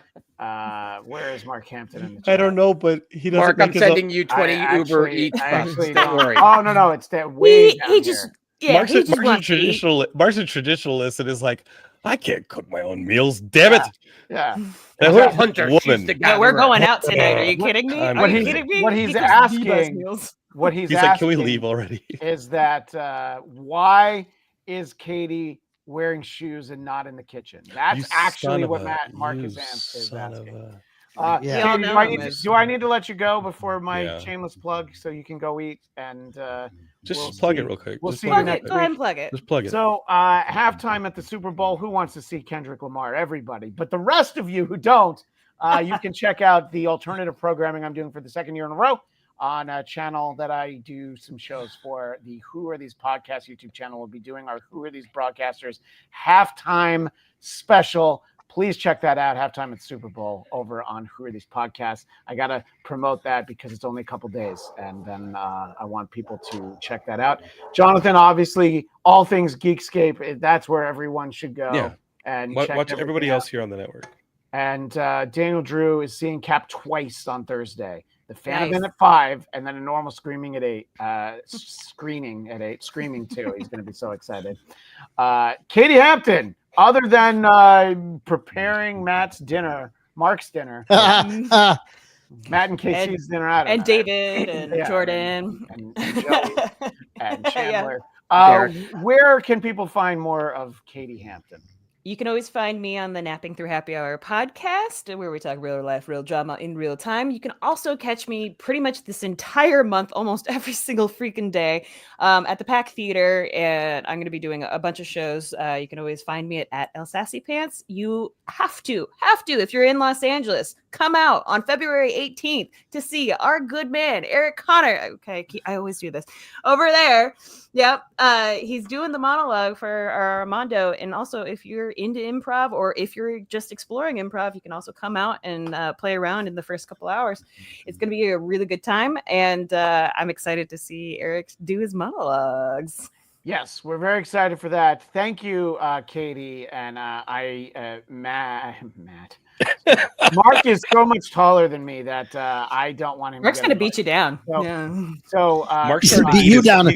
He's eating his hand right now. Let her go. Yeah, he's going to beat you down. She's You're not gonna here get dinner. anymore. I already kicked her. I had to make sure. I almost actually banned her from the studio, so I had to stop because I was like, wait, no, I was just kicking her out. So we appreciate that. And Mr. Brody, where can everybody find America's second favorite Brooklyn boy, second to Steve Rogers?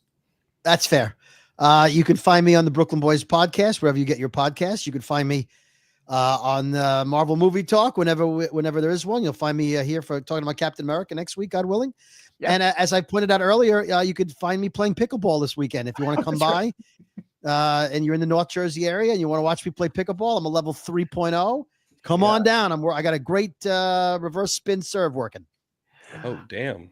I just got a text from Katie. Did you boot me? I was like, look, I did it because of Mark. I had to. All right. You did it for your own good. The guy's a giant. There's a picture of me with the two of them He's a at San Diego handsome Comic-Con. giant. They are so much taller than me. It's it's preposterous. Me want food. It makes it look like I'm Lester to them being Willie Tyler. They were going to treat you like the Ents treated Saruman.